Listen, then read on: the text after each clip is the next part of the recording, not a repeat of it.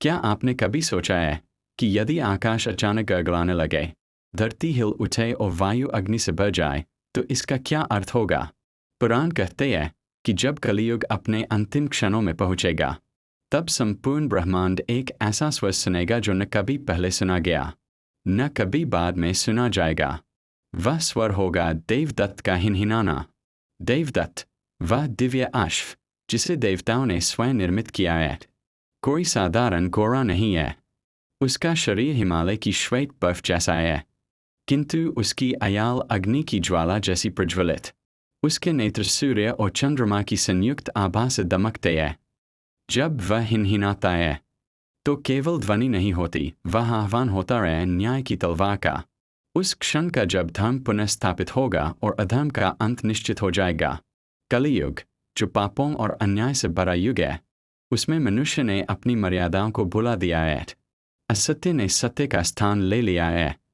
लोभ ने करुणा को दबा दिया है और धर्म केवल नाम मात्र रह गया है। इस अंधकार के बीच, जब सब दिशाएं निराशा से भरी होंगी, तब गगन को चीरता हुआ देवदत्त का स्वर गूंजेगा। वह हिनहिनाना होगा चेतावनी, होगा उद्घोषणा और होगा न्याय के लिए अंतिम युद्ध का शंखनाद। कल्पना कीजिए, जब यह स्वर संपूर्ण ब्रह्मांड में फैलेगा, पर्वत कांप उठेंगे, सागर अपनी लहरों को तोड़ देंगे और पापी मनुष्य अपने महलों और किलों में भी भय से कांपेंगे, क्योंकि वे जानेंगे कि अब समय उनके विरुद्ध हो गया है। अब समय है कल्कि अवतार की उदय का। कल्कि, विष्णु का अंतिम अवतार, जब अपने हाथों में अग्निज्वाला में तलवार उठाएंगे और देवदत्त पर सवार होंगे, तब प्रत्येक हिनहिनाना न्याय का उद्घोष बनेगा। यह केवल युद्ध का आह्वान नहीं होगा, यह स्वयं समय का परिवर्तन होगा। देवदत्त का हिनहिनाना केवल ध्वनि नहीं है, वह एक ब्रह्मांडीय शक्ति है। वह ध्वनि उन हृदयों में कंपन उत्पन्न करती है जिन्होंने अधर्म का मार्ग चुना है। राजाओं के सिंहासन कांप उठते हैं, सेनाएं भयभीत हो जाती है और पापियों का रक्त ठंडा पड़ जाता है।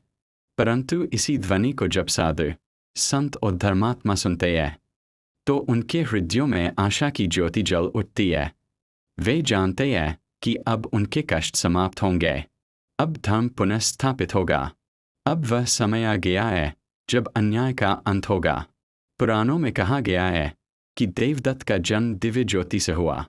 यह कोई सामान्य जीव नहीं, बल्कि देव शक्ति का प्रतीक है।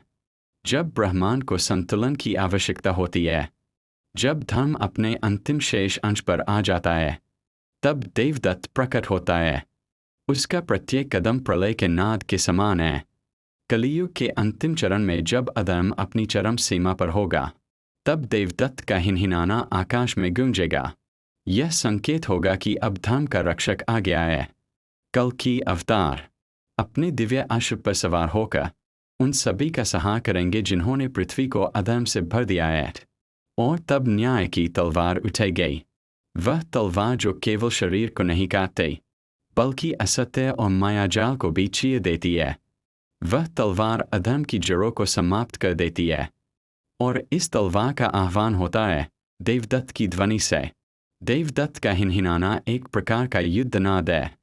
यह केवल शत्रुओं के लिए भय नहीं, बल्कि धर्मात्माओं के लिए उत्साह का संदेश है। यह ध्वनि कहती है, अब उठो, अब तैयार हो जाओ, धर्म की स्थापना होने वाली है।